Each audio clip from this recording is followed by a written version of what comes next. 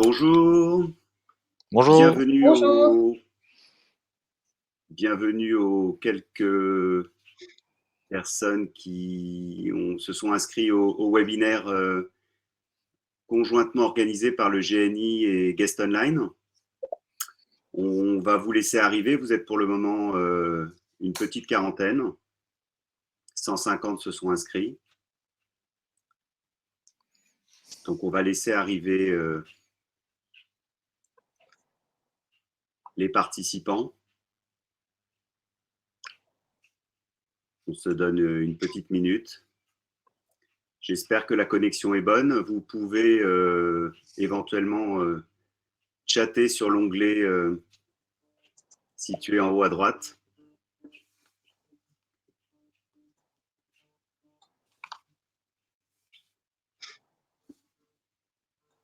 Le compteur augmente doucement. Merci aux premiers intervenants et participants d'être ponctuels. C'est ce qu'on va demander à nos clients dans les jours à venir. Alors, autant être exemplaire.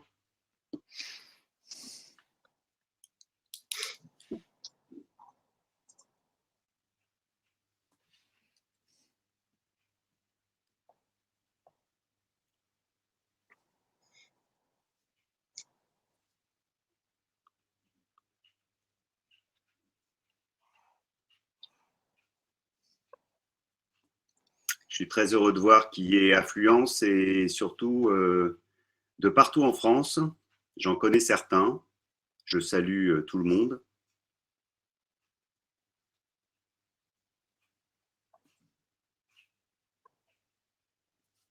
Beaucoup de motivation à rouvrir.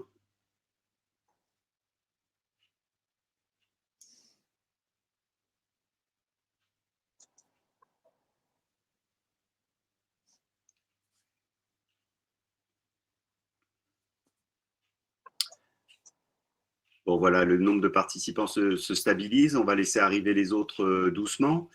Donc, bienvenue à tous, amis restaurateurs de partout en France. Je suis Jérôme Doria, je suis le vice-président de la commission numérique en charge du F&B pour le Groupement national des indépendants, donc le GNI. On a souhaité organiser ce petit webinaire juste avant la réouverture, pour certains, peut-être pas tous, de manière à se préparer à cette nouvelle aventure après presque 7 mois de fermeture. Donc, nous avons demandé à 2 intervenants de venir présenter leurs idées et leurs chiffres dans ce petit webinaire intitulé « Comment optimiser chaque table lors de votre réouverture ?» Tout un programme.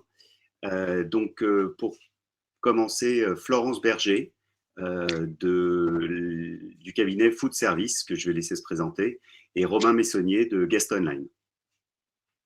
Bonjour à tous, j'espère que vous m'entendez bien. Donc moi, je suis directrice associée de Food Service Vision, qui est un cabinet d'études et de conseils. On est vraiment spécialisé en restauration hors domicile. Voilà, et depuis le début de la crise, on analyse l'impact de la crise sur la restauration et aussi comment se comportent les consommateurs, quelles actions mises en place par les restaurateurs. Donc, on va éclairer voilà, des quelques enseignements qu'on a pu identifier ces précédents mois. Merci Florence. Et Romain Messonnier de Guest Online. Bonjour à tous. Guest Online, en effet, nous, c'est un outil de gestion de réservation. Ça fait maintenant 14 ans qu'on gère les réservations de divers restaurants, un peu plus de 2000 aujourd'hui en France, de petites tables de quartier au triple étoilé. Notre objectif aujourd'hui, c'est d'apporter en effet des métriques sur la partie réservation et les premières tendances qu'on a observées au fil des différents confinements et réouvertures, et également des pistes, comment est-ce qu'aujourd'hui le digital peut nous aider justement à assurer cette réouverture du mieux possible. Merci Romain. Donc le plan de ce petit webinaire qu'on a souhaité très court, mais aussi très concis, c'était de se poser les bonnes questions, de tenter de commencer à y répondre. On n'a pas la science infuse et on n'a évidemment pas le savoir. On a l'expérience d'un premier déconfinement au mois de juin 2020. Tout cela peut nous aider à anticiper les réouvertures. Et on est là aussi pour commencer à répondre à vos questions et éventuellement à poursuivre. Le webinaire ne s'arrête pas à 15 heures. Il peut se prolonger ensuite. On modérera vos questions. On tentera d'y répondre par mail si jamais vous n'avez pas les réponses en direct. Donc, après quelques chiffres et après qu'on se soit exprimé sur les tendances, on vous donnera ce qu'on estime être des bonnes pratiques et peut-être aussi des idées sur les changements de comportement des clients. On vous posera quelques sondages. Vous avez en haut à droite, normalement, dans votre tableau de bord, un onglet sondage qui s'allumera avec une petite pastille quand on vous lancera des questions très simples à y répondre, de manière à ce qu'on ait un petit peu votre vision des choses aussi. Et vous avez un onglet questions sur lequel vous pourrez poser toutes les questions qui vous passent par la tête et auxquelles nous tenterons de répondre à partir de environ 15h30 et peut-être après si on n'a pas le temps d'y répondre pendant le temps du webinaire. Donc, je laisse d'ores et déjà la parole à Florence pour nous présenter un certain nombre de chiffres. Effectivement, pour lancer le débat, quelques derniers chiffres issus de notre dernière revue stratégique, puisqu'on a interrogé les Français en février dernier, et on va refaire un sondage dès la réouverture des terrasses, puis des points de vente. Ce que je pense tout le monde a en tête, c'est une vraie volonté des Français de retourner au restaurant. C'est plus de 8 Français sur 10. Mais ce qui est intéressant, c'est aussi de regarder la vitesse de reprise attendue, puisque plus d'un Français sur deux a l'intention d'y aller dans les 2 premières semaines suivant la réouverture. Ce qui conforte ces éléments de comportement qu'on peut voir tous de manière intuitive, c'est aussi l'indice de peur de contamination dans certains lieux, dont les restaurants, qui n'a jamais été aussi bas au début de l'année et en ce moment également, depuis le début de la crise. Même pendant la période estivale de l'année dernière, on était à un indice un peu plus fort. Donc là aussi, ça va vraiment dans le sens d'un optimisme dans le comportement et le retour des Français au restaurant. Et effectivement, un autre point clé dans ce qui a pu être mis en place par les restaurateurs, c'est une hausse des réservations qui a pu être mise en place. Donc, par rapport à la période de 2019, on est en croissance de plus de 50%.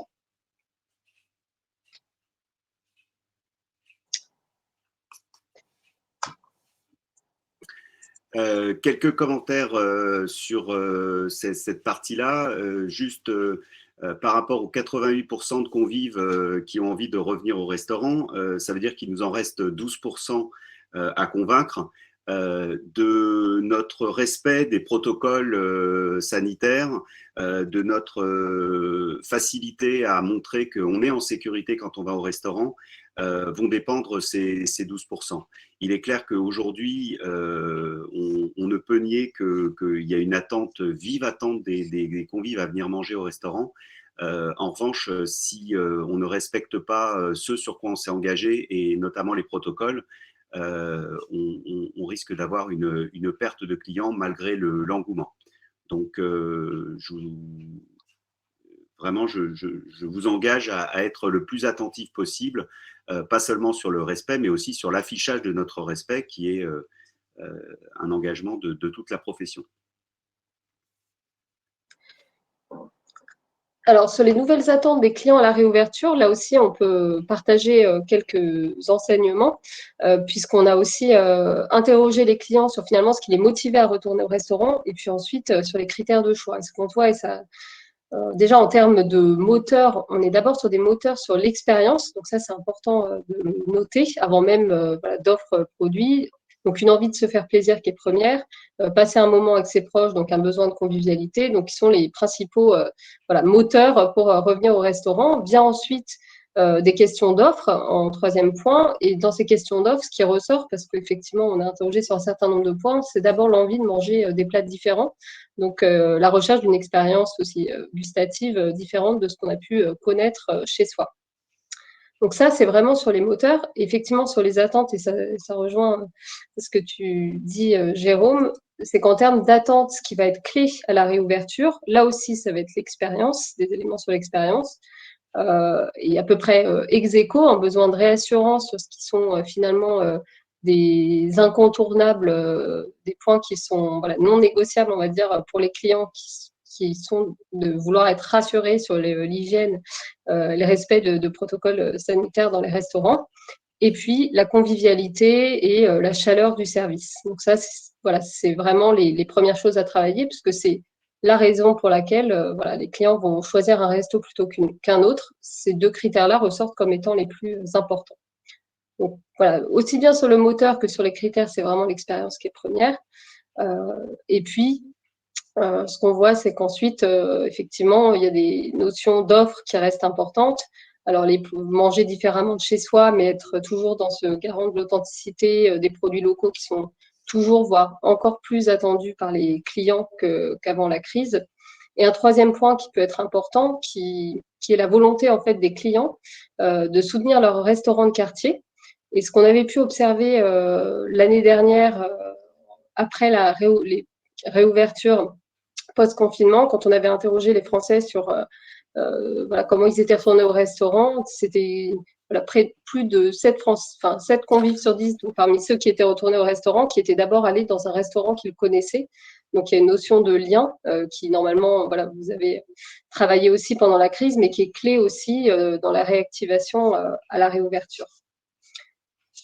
Et effectivement, c'est important de regarder voilà, comment on a pu tirer des enseignements de la réouverture qu'on a pu vivre en 2020, puisque ce qu'on avait pu observer à la réouverture, c'était cette recherche de plaisir, hein, qui est encore affirmée aujourd'hui par les Français, c'était réellement matérialisé et voilà, conforté dans les retours qu'on avait eus des restaurateurs de hausse de tickets moyens qui pouvaient être aussi bien liés à des taux de prise plus élevés sur des desserts ou des boissons, ou par le fait que les convives ont eu tendance aussi à monter un peu en gamme dans le type de restaurant qu'ils ont fréquenté, ou encore par un regroupement des commandes pour tout ce qui était livraison, donc de commander pour plus de personnes.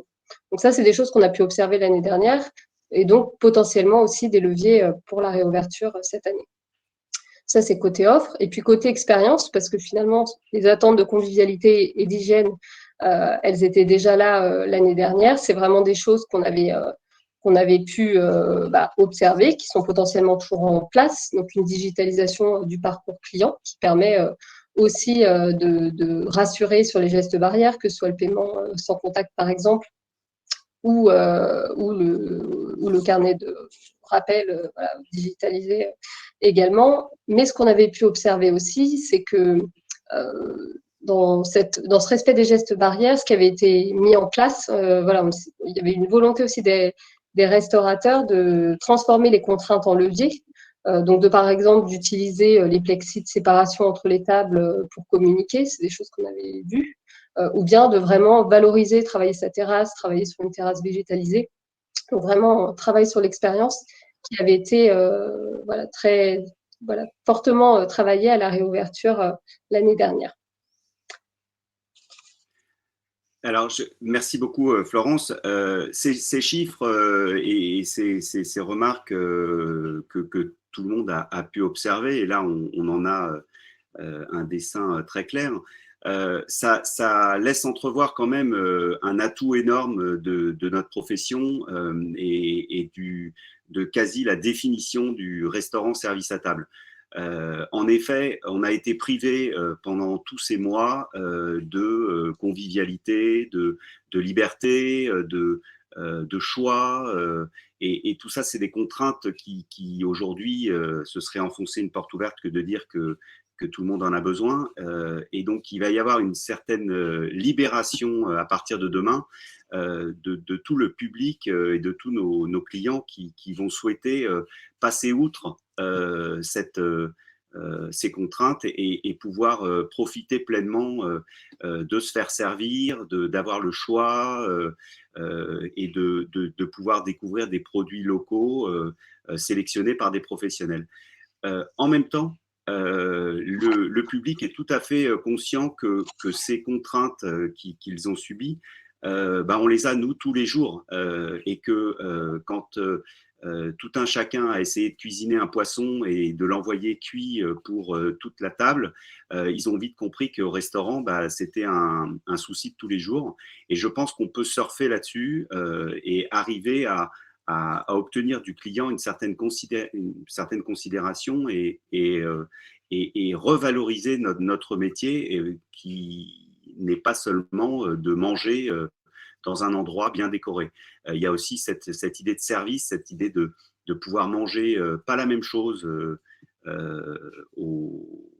tous autour de la table, alors que chez soi, c'est plutôt le cas normalement, et d'arriver à surfer sur ces nouveaux comportements, tout en laissant entendre aux futurs clients qu'il y a quand même des règles à respecter et un certain sens et une certaine solidarité.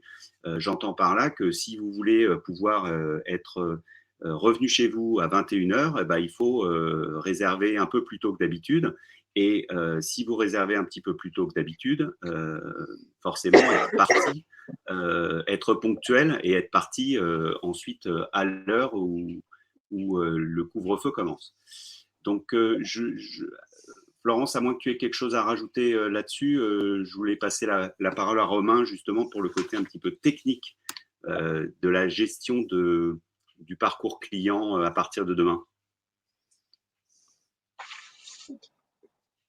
Alors justement, on le disait juste avant, et les chiffres de Florence ne font qu'appuyer justement ce besoin-là.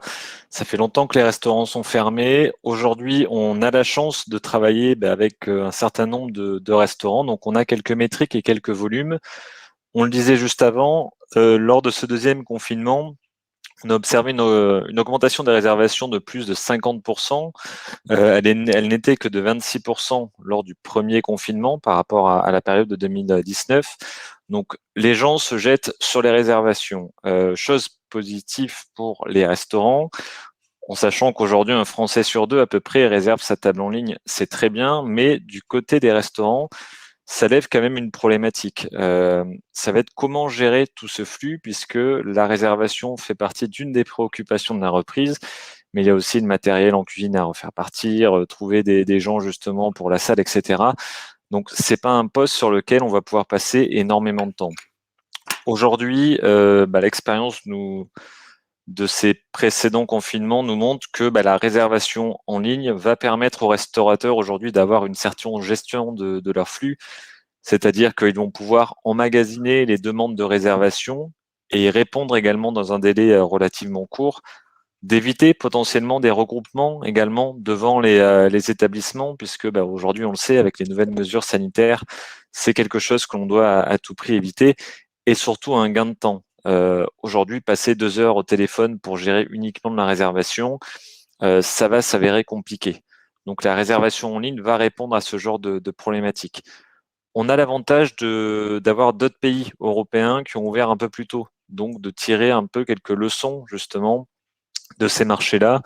On le voit par exemple en Angleterre, ils ont ouvert un peu plus tôt, il y a un petit mois maintenant. Certains établissements ont pris plus de 700 réservations en quelques jours.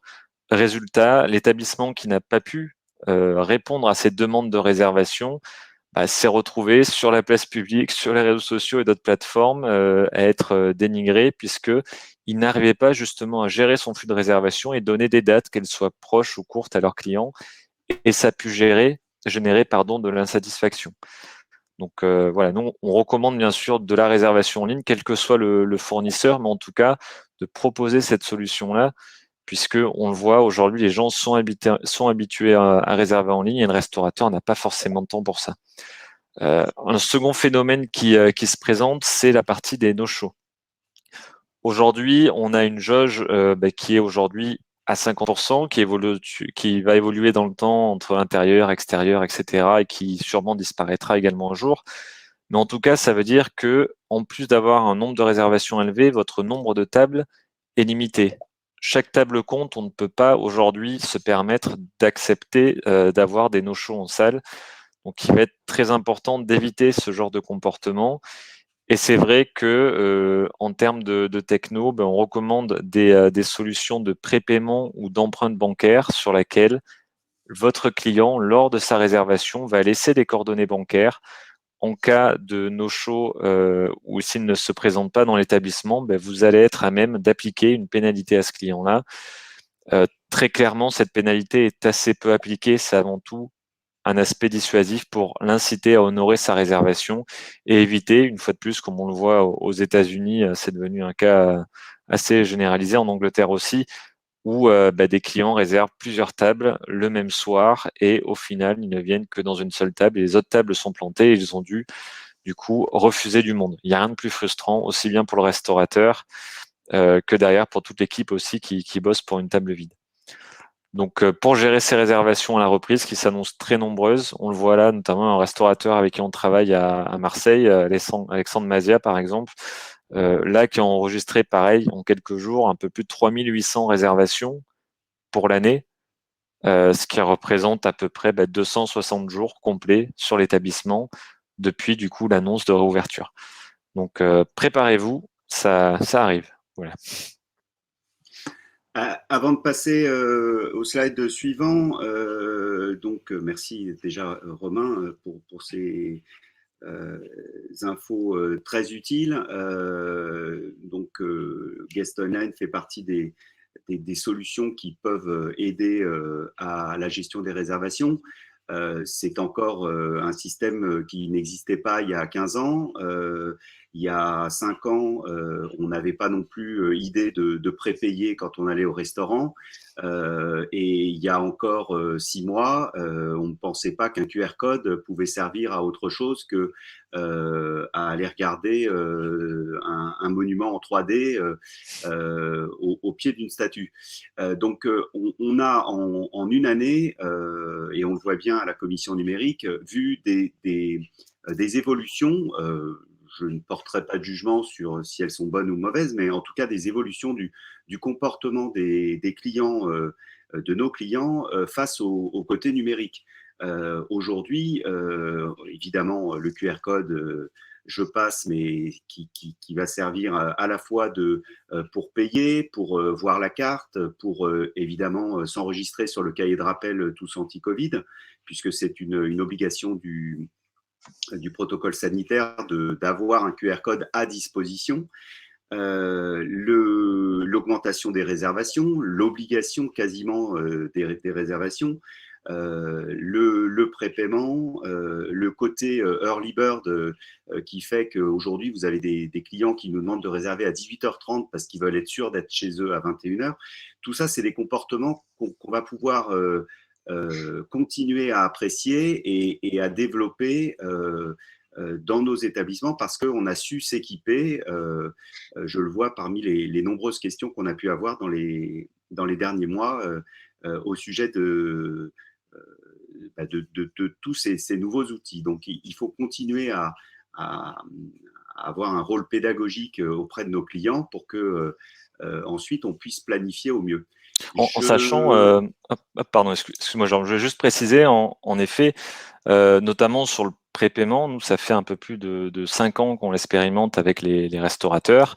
Certains étaient assez frileux à la mise en place de ce genre de méthode. Certains clients faisaient même des retours en disant pourquoi est-ce que je dois payer ou laisser une carte bleue lors d'un déjeuner.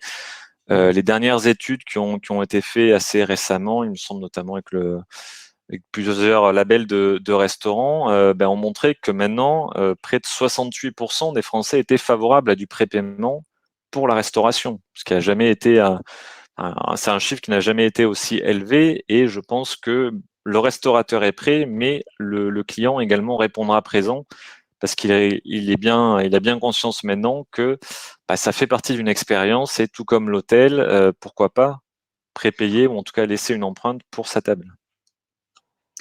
Alors, sur tous ces sujets, alors juste avant, vous avez un sondage qui est à disposition. Il y a eu 18 votes pour le moment, donc n'hésitez pas à répondre. Je vous donnerai le résultat un petit peu plus tard.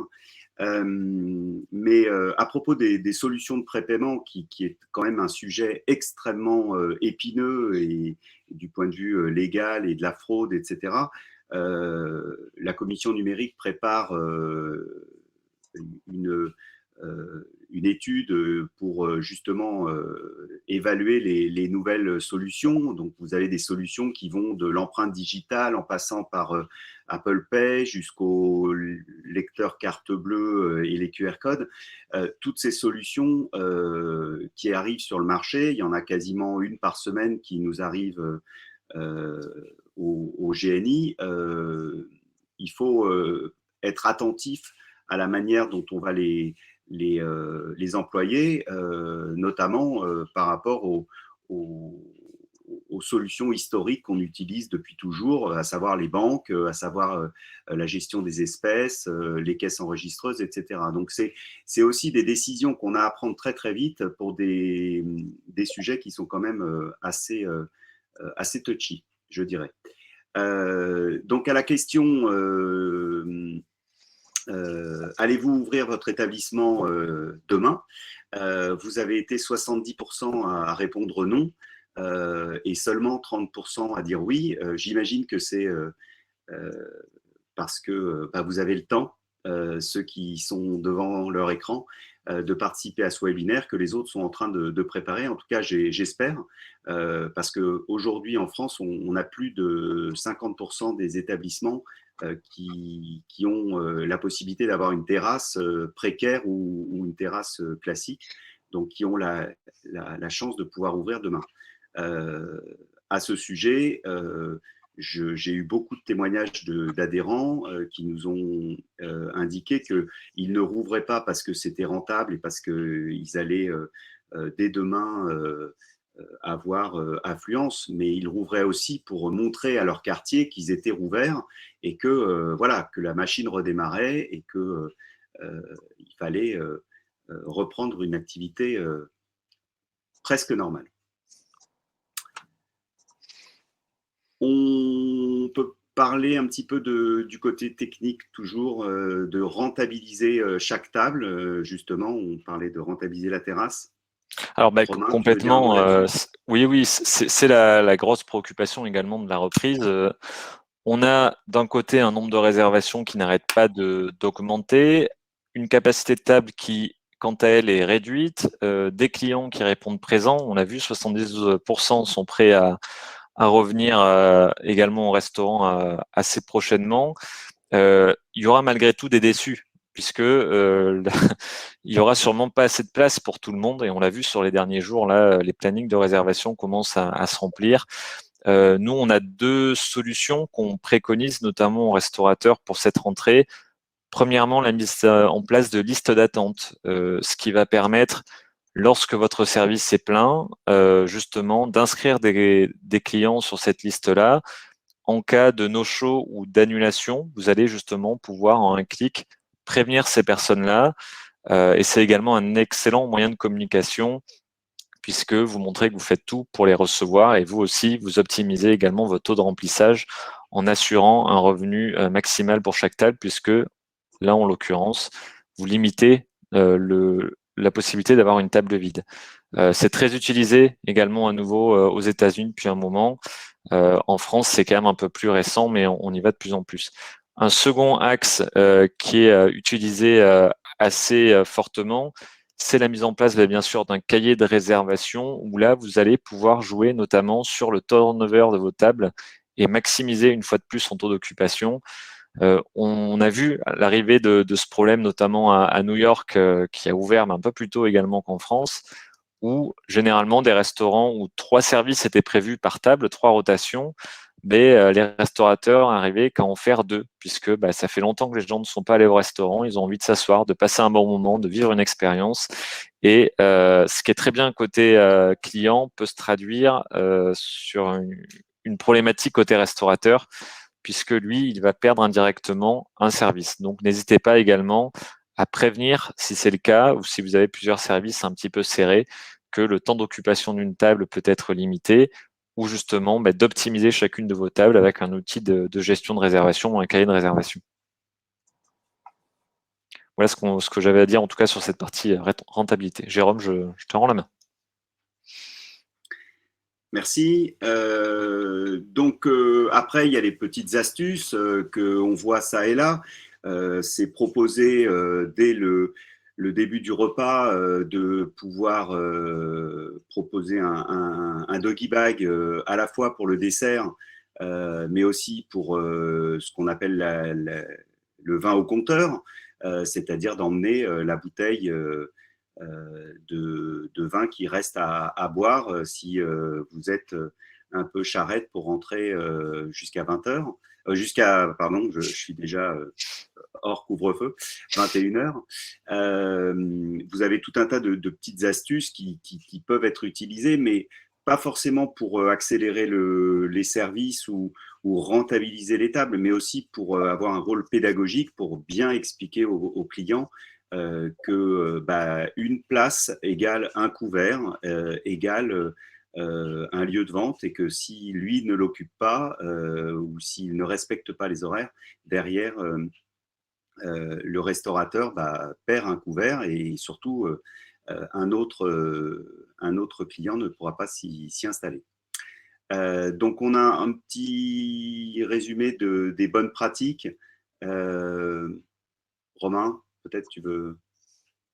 En effet, on va surtout privilégier des plats qu'on appelle le star, hein, donc rapides à servir, qui permettront justement de dégager plus de marge, d'adapter bien sûr l'expérience client, notamment via les outils numériques. L'expérience client ne se passe pas que uniquement dans la salle, mais elle intervient avant, pendant et presque surtout après aujourd'hui, parce qu'il y a un réel objectif de fidélisation également des clients qui aujourd'hui, plus que jamais, vont choisir leur table, notamment sur Internet. Donc, cette expérience client devient de plus en plus importante, bien qu'elle l'était déjà auparavant, mais elle prend encore plus d'ampleur. Anticiper également des communications fortes et recréer du lien avec vos clients avant la rouverture. Alors, c'est pas aujourd'hui même qu'il faut faire ça, mais en tout cas, ça a dû sans doute être votre travail durant les dernières semaines, voire mois, de garder le lien justement avec vos clients et surtout sécuriser l'attractivité de votre offre. Donc, le service à table ou la vente à emporter, là aussi, à la rouverture, il va falloir concilier les deux, pas forcément faire un choix. Enfin, en tout cas, ça va être surtout une question de chiffres et de rentabilité pour savoir si les deux sont compatibles ou pas avec cette rouverture. Oui, c'est surtout sur ces deux derniers points que je voulais qu'on insiste. Effectivement, l'augmentation du côté numérique de notre métier est essentielle dans le sens où aujourd'hui, il ne suffit pas de faire un plat qui va plaire. Donc, dans les plats qui vont plaire, toujours le poisson, parce qu'encore une fois, on fait peu de poissons et encore moins entiers chez soi. Les viandes crues, les poissons crus, le tartare est un plat qui a très bien fonctionné au dernier déconfinement, à mon grand étonnement d'ailleurs, parce que je pensais qu'il y aurait peut-être justement une appréhension de manger cru en cette période sanitaire.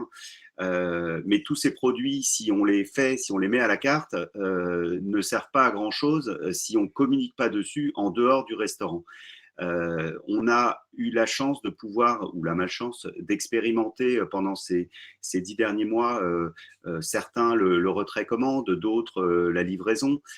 Donc, d'avoir été tenté de proposer à l'extérieur de notre établissement tous nos produits par de l'affichage, par de la communication Facebook. Certains ont engagé des community managers. Il faut vraiment continuer là-dessus parce que le client y est habitué, et le client, avant de venir au restaurant et a fortiori dans les prochaines semaines, va aller voir sur Internet ou sur Insta ce que vous allez proposer parce que il veut plus de choix, plus de liberté, plus de convivialité, etc., etc. Voilà. Est-ce que vous avez quelque chose à ajouter, peut-être, Florence, sur ce qu'on vient de dire avant de passer peut-être aux questions? Non, non, je pense que ça rejoint bien ce que nous, on avait identifié, et notamment sur les comportements qu'on avait pu observer à la réouverture. Et effectivement, comme je réagis notamment par rapport à l'exemple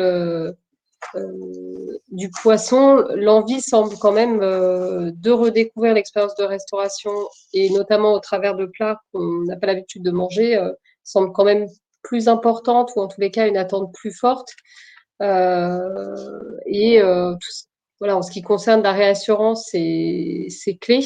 Mais l'indice, voilà, comme je le disais, l'indice de peur reste quand même bien plus faible que précédemment. Il y a une vraie montée aussi en expérience des opérateurs dans la gestion de cette crise qui est aussi de nature à rassurer les consommateurs. Donc voilà, il faut vraiment travailler plutôt sur la partie attractivité.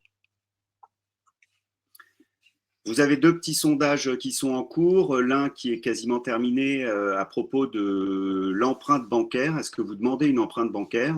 Il y a eu 18 votes, ce qui est quand même assez représentatif, et seulement 1 sur 10, un restaurant sur 10 présent aujourd'hui ne prend pas d'empreinte bancaire. Donc il y a encore du chemin, et je vois l'engouement des Européens d'une manière générale pour le prépaiement, voire le paiement à table par QR code ou par un autre système. Et donc là-dessus, on peut continuer à proposer ces solutions. Il y a un autre sondage auquel je vous invite à répondre. Florence parlait effectivement des produits attractifs. J'ai vu un sondage, mais je ne pourrais pas vous dire, je ne me souviens pas de la source, mais enfin un sondage très parlant. Qu'est-ce que vous voulez trouver au restaurant quand vous y retournez? En premier, la bière pression. Bon, c'est logique. En deuxième, les cocktails. Et en troisième, le tartare. Donc on a quand même le premier, bon, bière pression, c'est une machine. Voilà, maintenant il y a un savoir-faire à tirer la bière. Mais les deux autres, que ce soit le cocktail ou le tartare, il y a la notion de service et d'artisanat dedans. Donc c'est quelque chose à étudier. Donc là, vous avez été 20 à répondre sur le dernier sondage. Allez-vous mettre moins de plats à la carte ou plus de plats? Alors, à mon grand étonnement, vous allez en majorité, 95%, mettre moins de plats à la carte. Ce qui n'est pas forcément la tendance d'attente des clients. Maintenant, étant restaurateur et rouvrant demain avec la moitié de mon équipe, parce que la plupart sont pas encore rentrés ou pas nécessaires pour opérer juste une terrasse, je peux comprendre aussi qu'on essaye de limiter la casse parce que ça va être très très difficile pour nos équipes de se réhabituer à travailler debout, à travailler le soir, en horaire décalé pour la plupart. Et donc voilà, donc c'est étonnant comme réponse, mais enfin les sondages sont là aussi pour changer nos visions des choses. On va passer aux questions-réponses.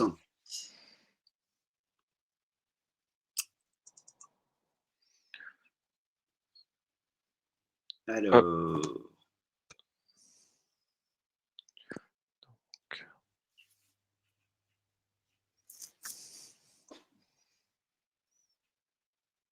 oui, donc entre-temps, je remercie Véronique Martins du GNI d'avoir répondu déjà par écrit, mais je pense que je vais en prendre quelques-unes. Nathalie nous posait la question à propos du cahier de rappel, à savoir s'il est obligatoire pour la terrasse. Donc effectivement, le cahier de rappel, qu'il soit écrit ou numérique ou même par QR code, donc tous anti-Covid, ce sera obligatoire d'être proposé aux clients pour l'intérieur. Pour la terrasse, il n'est pas nécessaire, d'autant plus que je pense que ce n'est pas une bonne idée d'afficher notre QR code d'établissement à l'extérieur de notre établissement, puisque n'importe qui peut le flasher sans avoir été forcément un de nos clients. Au passage, il est recommandé de télécharger un QR code sanitaire une fois par semaine minimum pour éviter que ce QR code ne se retrouve dans d'autres mains que les vôtres.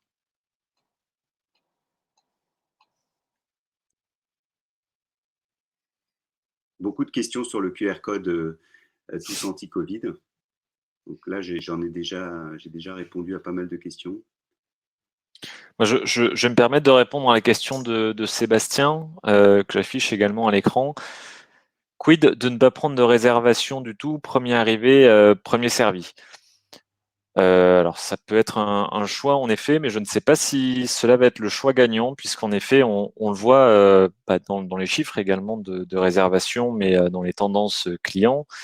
Aujourd'hui, il y a de moins en moins de personnes qui vont se déplacer dans les établissements sans réservation au préalable. Le fait d'arriver devant un établissement, d'être complet et devoir faire le tour du quartier, ou même le risque potentiel lié au déplacement sans derrière avoir son service pré-réservé, fait que la plupart des gens se mettent à la réservation, et même des brasseries assez emblématiques qui jusqu'à maintenant ne prenaient pas de réservation se sont mis à ce genre de système, puisque tout simplement c'est le client qui a une demande de plus en plus forte et qui indirectement fait pression pour avoir une table ou une réservation. Donc oui, vous pouvez, si vous voulez, ne pas proposer de réservation, mais potentiellement, vous allez exclure une certaine partie de votre clientèle. Donc après, c'est un choix en effet à prendre ou pas.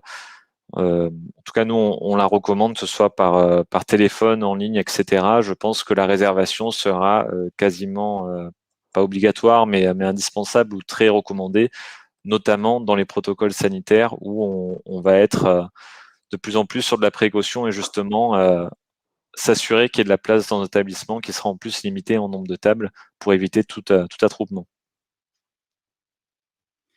Merci Robin. Florence, est-ce que tu vois la question concernant la typologie de clients de votre étude? Peut-être je peux la Alors, lire. Donc, je la regarde. Stéphanie Ouais, quelle demande à typologie? partir de D'accord. quel type? Oui.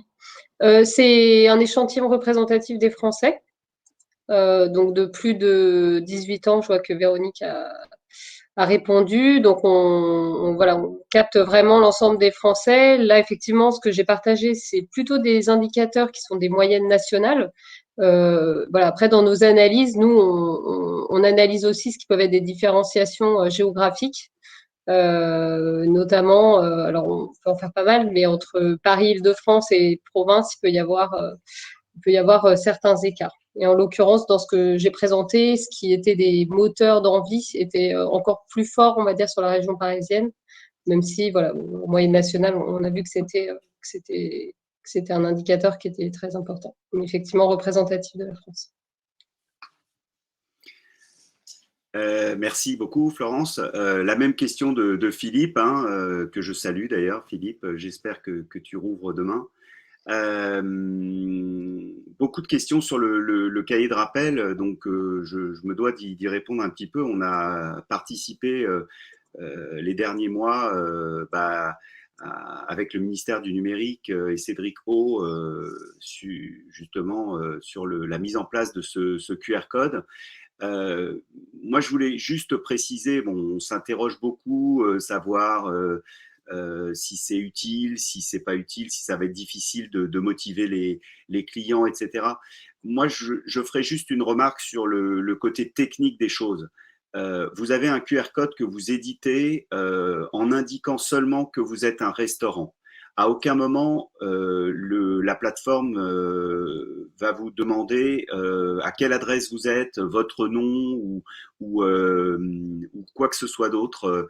On va vous demander uniquement si vous êtes un restaurant, un coiffeur ou une salle de cinéma, et on va vous demander si vous accueillez 100, 200, 300, 500 personnes. À partir de ce moment-là, le QR code en lui-même indique à celui qui va le flasher qu'il a été dans un établissement, restaurant de X personnes.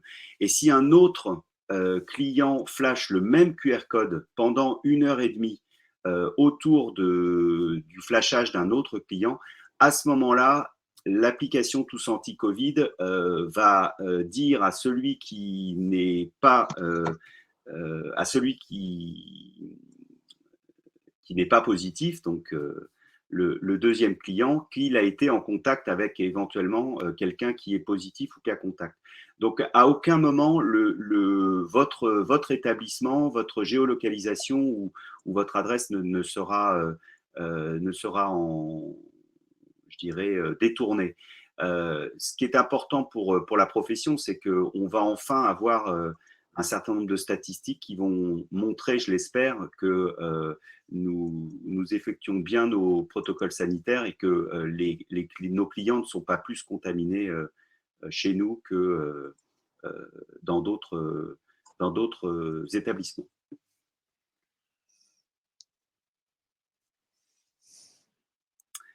Je lis les nouvelles questions. Une question de Christian, encore sur le cahier de rappel. Est-ce au restaurateur de noter les informations ou bien les clients s'inscrivent-ils eux-mêmes? Moi, dans mon établissement, c'est le client qui s'inscrit lui-même. Sur 100 clients, du temps où on en avait 100, il y avait peut-être 2 ou 3 qui remplissaient le cahier de rappel. Les autres, c'était fait par le cahier de rappel numérique de Guest Online ou des autres opérateurs. Et j'espère que ça va être au minimum qu'ils n'auront pas besoin. Et ce qu'ils remplissaient, c'était leur nom, leur prénom et leur numéro de téléphone. À partir du moment où c'est du déclaratif, autant que ce soit eux qui le remplissent eux-mêmes. C'est pour leur sécurité sanitaire, hein, c'est pas pour autre chose. Donc voilà, s'ils veulent pas dire la vérité, c'est leur problème. Donc je réponds du coup à la remarque de Christian. Si les clients refusent le QR code et le cahier de rappel, que doit-on faire? Leur faire valoir que effectivement c'est pour leur sécurité et que voilà qu'il y a une importance à ce que tout le monde soit exemplaire. Maintenant, ce sera difficile de faire la police au sein de nos établissements et c'est tout un chacun de pouvoir faire force de pédagogie à ce sujet. Et donc, pour préciser la question du QR code, faudra-t-il changer le QR code tous les jours? Moi, je pense que c'est pas un gros boulot de changer le QR code. Hein. On va sur une plateforme, on remplit 2 cases et il est édité. Mais s'il faut les imprimer chaque jour, les désafficher, les afficher, c'est un petit peu compliqué. Ce qu'il faut, à mon avis, c'est le faire 1 fois par semaine, c'est bien. Et surtout, ne pas l'afficher, qu'il soit visible de l'extérieur. Donc, ne pas en mettre partout, mais juste au niveau de l'accueil. Ça devient un réflexe. Bonjour monsieur, bonjour madame, vous avez réservé, oui, non. Et ensuite, est-ce que vous pouvez flasher le QR code ou remplir le cahier de rappel? Voilà. Donc non, pas tous les jours.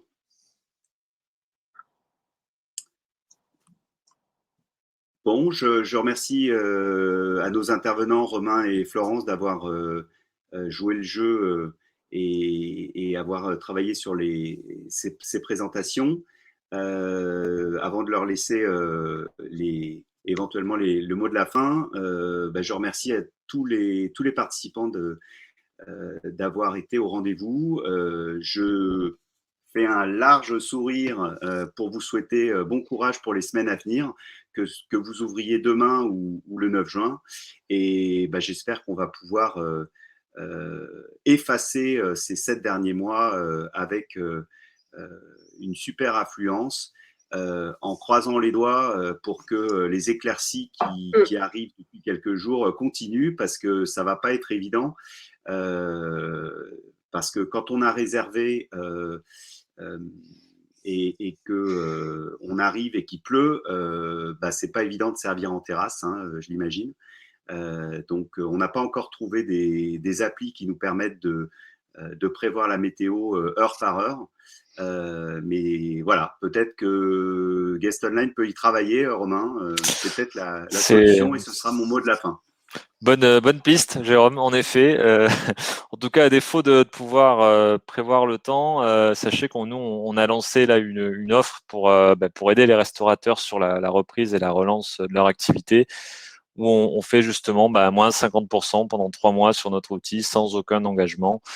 Donc n'hésitez pas, je vous la partage également ici si vous voulez y jeter un coup d'œil si vous n'êtes pas encore équipé.